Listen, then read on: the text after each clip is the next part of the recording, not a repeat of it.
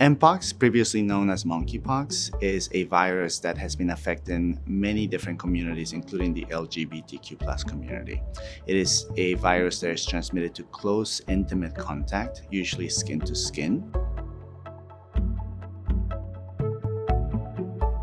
It is a virus that can cause a lot of symptoms and a lot of problems for patients. It can be dangerous, especially for people that have immunocompromised systems and young children as well. Usually the symptoms revolve around a rash that can go through different stages. It can start very flat and just increase in size. It can be sometimes itchy but mainly painful, especially in the urogenital areas. When we have a patient that unfortunately contracts Mpox, we can have a really broad set of symptoms that can really affect their quality of life. The lesions can be quite painful and be placed in areas that can be very sensitive and can really affect their ability to even go to the bathroom without having severe pain. In terms of Mpox and our strategy, we do feel that prevention is the best medicine. If we're able to prevent people from getting the virus, that is absolutely the best case scenario. For patients that have unfortunately contracted Mpox, we've seen that although it is not a fatal condition for most, it is something that can cause a lot of morbidity and symptoms. Although we've been successful in our public health efforts to bring down the Mpox epidemic of 2022, that does not mean that there's no cases in the community at this time. We are seeing some cases pop up in some communities in large cities, which means that anybody that is in the community or might be at risk of having intimate contact with somebody affected by Mpox needs to be aware and protected.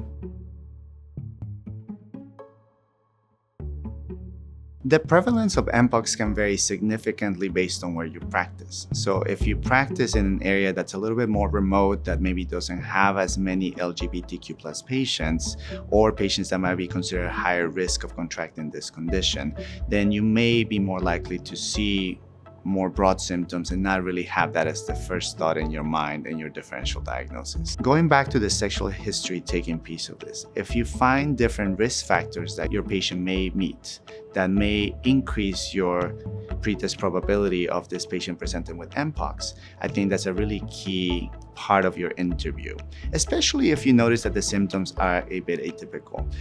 Usually the rash of Mpox can be pretty localized, but also quite painful. So that should be one of the clues for the clinicians to note, hey, we might be dealing with something else here.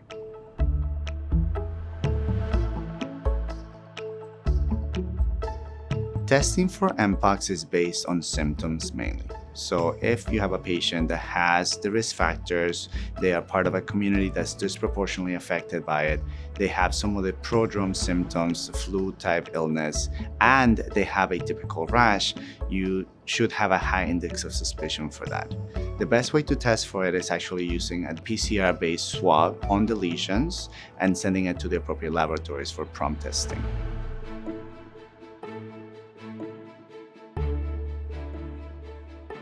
Incorporating Mpox into routine visits has been a really critical part of LGBTQ+ healthcare. So typically the conversation includes, hey, what do you know about Mpox? Have you heard of this? The second question would be like, have you met or know anybody that's been affected by Mpox?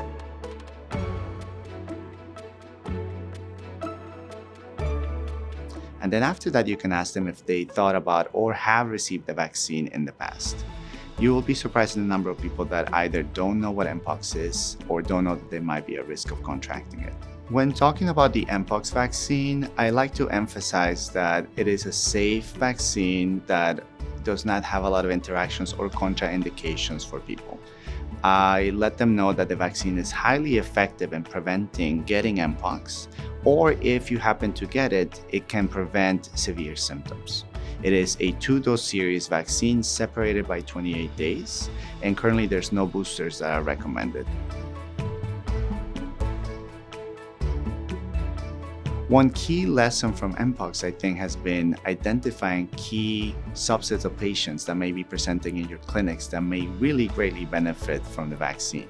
So typically patients that are on pre-exposure prophylaxis, patients that have a recent history of STI diagnoses, and also patients who are just part of the LGBTQ plus community should be aware of this vaccine. And even if you don't have the vaccine in your practice, having a very defined method to being able to refer the patients either to the health department or a local pharmacy that carries the vaccine is very important. I think sometimes some other groups may not be as aware, such as pregnant women or people from regular clinics and primary care settings, in which maybe they just were not paying as much attention, since this was something that was mainly affecting the LGBTQ plus community back in 2022. However, that does not mean that they may not be at risk of contracting Mpox, and that is one of the reasons why having a comprehensive sexual history of your patients might be important to determine if they may qualify for this vaccine.